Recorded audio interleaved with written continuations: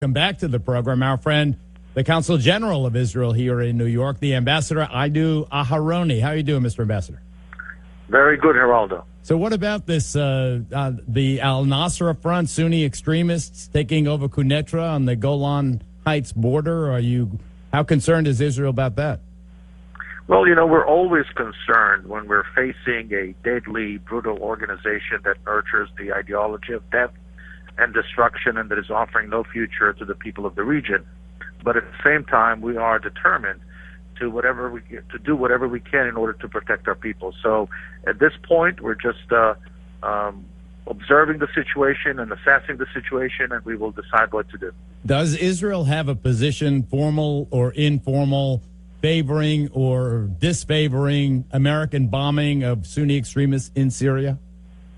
Well, you probably noticed that since the beginning of the so-called Arab Spring, and I'm using the term so-called Arab Spring because I'm not so sure that this process of disintegration of the countries around us is necessarily a positive Neither do I. Process for the peoples of the region. But if you notice that we are trying to, as I said before, observe with a great deal of interest what's happening and preserve and maintain our own self-interest.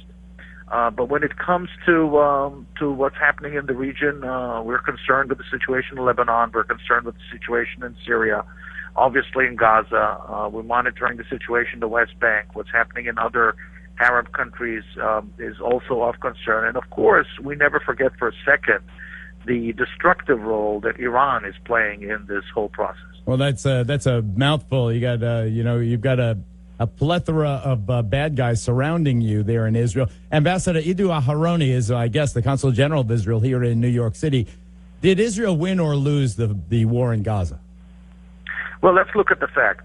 We were able to destroy 70% of the rockets and the missiles that Hamas was able to amass in the Gaza Strip. We destroyed all the tunnels known to us. Hamas, that demanded only 2-3 weeks ago a seaport, an airport, the release of prisoners, payroll, money for their payroll, is not getting any of that. What they're getting is a promise that if they will keep quiet and keep their promises for 1 month, we will begin indirectly through Egypt a discussion about the reconstruction of Gaza. And it's important for me to stress that we are not interested in the destruction of the people of Gaza. We are interested in the destruction of the terrorist infrastructure built by Hamas. Ambassador Aharoni, my guest, the Consul General of Israel in New York City. You have our reporter there, Jordana Miller, very sober, very competent reporter in Jerusalem, is reporting to us that she senses a newfound respect for Abu Mazen and the Palestinians of Fatah in the West Bank among Israelis. Is that confirmed? Look, there's no question about it that Abu Mazen says all the right things, and he got a lot of credit for it, even from my own prime minister over the years. However, he made a terrible mistake several months ago that really preceded the escalation of the conflict. When he formed a political alliance with Hamas. It was a terrible mistake of strategic proportions. Hopefully, now, after so much destruction and death, he will realize the mistake that he made. The usage of the language of peace doesn't go hand in hand with the formation of a coalition with a terrorist organization like Hamas that, as I said before, offers nothing for the Palestinian people. Are you worried that when school gets back in session, the movement to boycott Israel will gain steam based on all the awful civilian casualties in Gaza, Mr. Ambassador? Yeah, the so-called movement that calls for the boycott of Israel, when people say free Palestine, what do they really mean? This is free Palestine from Jews. It's not free Palestine to offer the Palestinians a two-state solution, which was offered by President Clinton already in the summer of 2000. Israel said yes.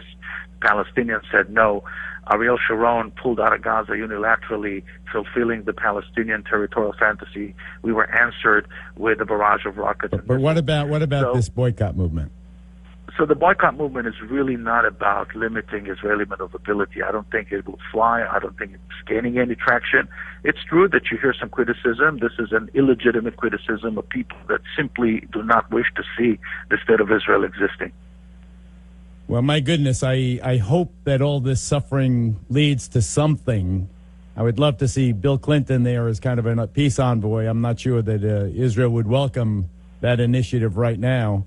But I tell you, we love Israel, and I appreciate you coming on the program, Mr. Ambassador. Thank you for having me always, my friend. Okay, buddy. Thank you.